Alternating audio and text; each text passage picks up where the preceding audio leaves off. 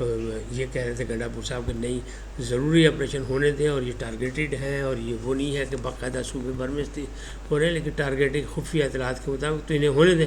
عمران خان نے وہ نہیں مانے، تاہم بہت سی چیزیں ایسی مانے کہ بہت سی علیمہ خان نے آگے بتا دی، اور بہت سی جو ہے وہ گنڈاپور کے ریئیکشن سے پتہ لگ گئی کہ اپنی کابینہ کے 2 بندوں کا انہیں استعفیٰ لے لیا۔ تو وہ 2 بندے کون ہیں؟ ایک عاقب اللہ، یہ ہیں بھائی اسد قیصر کے سابق قومی اسمبلی کے جو ہیں، اور انہی کے ٹویٹ سے یہ خبر بھی آئی کہ انہی نے استعفیٰ دے دیا، لیکن بات یہ استعفے والی نہیں ہے۔ اسی طرح فیصل ترکئی ہے جو شہرام ترکئی کے بھائی ہیں چھوٹے، یعنی 2 ہیں جو ان کے استعفے زبردستی لیے گئے ہیں، اور یہ شکایت تھی گنڈاپور نے عمران خان صاحب سے کی، اور عمران خان صاحب نے کہا کٹ دو، مار دو، سٹ دو، انہوں نے آگے فائر کر دیا، استعفے زبردستی لے لیا۔ تو انہوں نے کہ اس سے پہلے کہ حکومت کہے کہ استعفے ہم نے لے لیا، تو جناب اسد قیصر کے ٹویٹ سے یہ بات آ گئی کہ ان 2 افراد نے استعفے دے دیا، بغاوت کر دی حکومت سے، یا کابینہ میں رہنے سے انکار کر دیا۔ تو بھائی دونوں بھی چل رہی ہے، ٹکاٹک چل رہی ہے، چلتی رہے گی۔ اسی طرح گنڈاپور نے شکایت کی تھی کہ ٹرولنگ میری جو ہو رہی ہے وہ علیمہ خان کرا رہی ہے، تو وہ جناب اس کی ثبوت ہو گیا کہ علیمہ خان مل کے آئیں، ملاقات کا دن تھا، آج منگل تھا، تو جناب ملاقات کر کے آئیں تو انہیں میڈیا سے گفتگو کی، اور بڑے ہنستے مسکراتے ہوئے کی کہ جی مجھ پہ گنڈاپور صاحب نے 3 الزام لگائے ہیں کہ میں کہتی ہوں کہ گنڈاپور صاحب جو ISI کے ایجنٹ ہیں، اور گنڈاپور صاحب نے عمران خان کو اطلاع دی ہے کہ میں MI کی ایجنٹ ہوں۔ دوسرا انہوں نے کہا گنڈاپور صاحب نے میری شکایت لگائی ہے کہ وہ پارٹی پر قبضہ کرنا چاہتی ہیں اور MI کے ذریعے، اور اسی طرح کی باتیں پہلے بھی ہو چکی تھی۔ اور پھر تیسری بات انہوں نے ایک اور کی کہ جناب یہ معاملات جو ہے یہ اس طرح نہیں ہے، یہ ایک تو یہ ٹرولنگ جو ہو رہی ہے، یہ ٹرولنگ بھی میری جو ہے وہ علیمہ خان کرا رہی ہیں، کیونکہ وہ کہہ چکی ہیں ریاض جبران کے ذریعے میں پیغام دیتی ہوں، تو سارا کچھ جو سوشل میڈیا کرا ہے وہ میرا۔ تو یہ علیمہ خان نے خود آگے اعتراف کر لیا۔ تو حملہ پہلا کیا تھا گنڈاپور نے، اور اپنا 5-10 دن پہلے اگر دیکھیں دونوں بڑے اکٹھے اڈیالہ جیل کے باہر بیٹھے ہوئے تھے، بڑے ہنس خوش رہے تھے، گفتگو کرتے، نعیم پنچوتا صاحب بھی ان کے درمیان کھڑے تھے، وہ تصویر بھی ایک وائرل ہوئی ہے۔ لیکن اب معاملات گڑبڑ ہو گئے، گنڈاپور نے کیا حملہ علیمہ خان پر، علیمہ خان نے کر دیا جوابی حملہ گنڈاپور پہ۔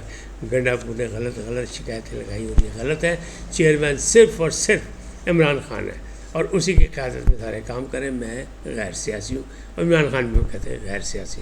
لیکن ایسا ہوتا ہے، جب بشرا بی بی تھیں وہ بھی علیمہ خان کو نہیں پسند کی، جب وہ باہر نکلی تو ان پر بھی الزام لگے تھے کہ ان کے کوئی خاص گروپ سے تعلقات ہیں۔ تو یہ سارا کچھ ہوتا ہے، تو یہ ہو رہا ہے۔ تو رانا عظیم صاحب کہہ رہے ہیں انقلاب آ رہا ہے، تو آپ مان لیں اگر مان سکتے ہیں کہ بہت بڑا انقلاب آ رہا ہے، حالانکہ ایسی صورتحال نہیں ہے۔ شاکر روان صاحب نے کہا کہ جناب بہت بڑا جلسہ تھا، سڑکیں باہر بھری ہوئی تھی، پنڈال میں کم لوگ تھے، لیکن ذرائع کی رپورٹ یہ کرسیاں 5,500 لگی تھی، 5,000 6,000 10,000 کر لیں تو 10 سے 15,000 سے زیادہ لوگ وہاں نہیں تھے۔ لیکن وہ کہتے نہیں، یادگار پہ جو جلسہ ہوا تھا، وہ یادگار کے جلسے کیسے ہوتے، چاہے وہ عمران خان کو چاہے وہ نواز شریف کو، یہ سب کو پتہ ہے، لہٰذا اس کے دعوے نہیں کرنا چاہیے۔ لیکن تاہم شاکر روان صاحب بھی بھائی ہیں چھوٹے، رانا عظیم صاحب بھی بڑے وہ کہتے ہیں نا ڈیوٹیفل صحافی ہیں، اور ہمارے دوست بھی ہیں، بھائی بھی ہیں چھوٹے، تو اب یہ ان کی رائے ہے وہ میں نے آپ تک پہنچا دی ہے، تاکہ آپ یہ نہ کہیں کہ میں کوئی یک طرفہ بات کرتا ہوں۔ پنجاب حکومت اور الیکشن کمیشن کا ٹاکرا ہو گیا، وہ کس بات پہ ہوا؟ وہ اس بات پہ ہوا کہ بلدیاتی الیکشن بار بار یقین دہانیوں کے باوجود پنجاب حکومت کرانے کو تیار نہیں ہے۔ 4 اکتوبر کو میرے خیال میں انہوں نے بلا لیا، طلب کر لیا ان کو، جناب تشریف لاؤ، اور وہ جو بلدیاتی سیکٹری ہیں پنجاب کے ان کو بھی طلب کر لیا کہ جناب آپ آ جائیں، اور یہ ڈیٹ شاید یہی ہے یا اس سے آگے پیچھے، لیکن بہرحال انہیں طلب کر لیا کہ جناب آگے جواب دیں کہ بلدیاتی الیکشن کیوں نہیں ہو رہے، بلدیاتی ادارے کیوں بحال نہیں ہو رہے۔ تو اب یہ معاملات ہیں، یہ صورتحال ہے، لیکن جو اصل مسئلے مسائل ہیں وہ یہی ہے کہ ابھی سب کچھ اچھا نہیں ہے۔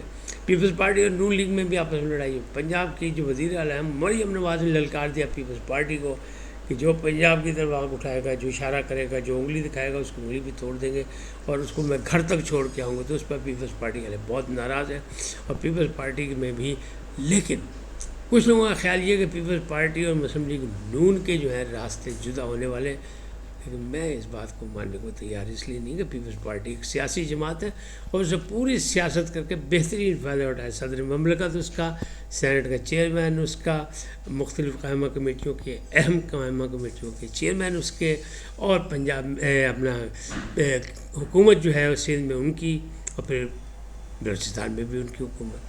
تو اتنی آسانی چھوڑیں گے نہیں، لیکن یہ گولہ باری ایک دوسرے پہ کرتے رہیں گے. یہی سیاست کی بقا ہے اس میں، اور یہ چلتی رہے گی آئندہ آنے والے دنوں میں بھی. لیکن معاملات جو ہیں یہ ایک دوسرے سے گزارا بھی کریں گے کیونکہ مجبوری ہے. اب پنجاب میں جو ہے وہ پیپلز پارٹی کو مریم نواز جو اپنے کاموں سے، اپنی منصوبہ بندی سے وہ بالکل کوئی راستہ دینے کو پیپلز پارٹی کو تیار نہیں.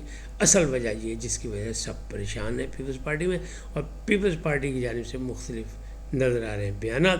تو بہرحال آج نوید قمر صاحب بھی بول رہے ہیں کہ میرا پانی، میرا صوبہ، میرا فلانا، یہ نہیں ہونا چاہیے. تو بہرحال قومی یکجہتی میں یہ نہیں ہونا چاہیے، لیکن بین الصوبائی تعلقات بھی اچھے ہونے چاہیے. اس وقت تک اتنے ہی. پھر ملیں گے نئے موضوع کے ساتھ. جاتے جاتے آپ سے درخواست، آئیے ان کو سبسکرائب کریں، لائک کریں، گھنٹی کا بٹن دبانا نہ بھولیں، اور اپنی قیمتی رائے کا اظہار اپنی شخصیت کے مطابق کریں. سدا سلامت رہیں. لیکن پہلے پاکستان زندہ باد، پاک افواج پائندہ باد. آپ سلامت رہیں. اللہ آپ کو خوش رکھے. اللہ نگہبان.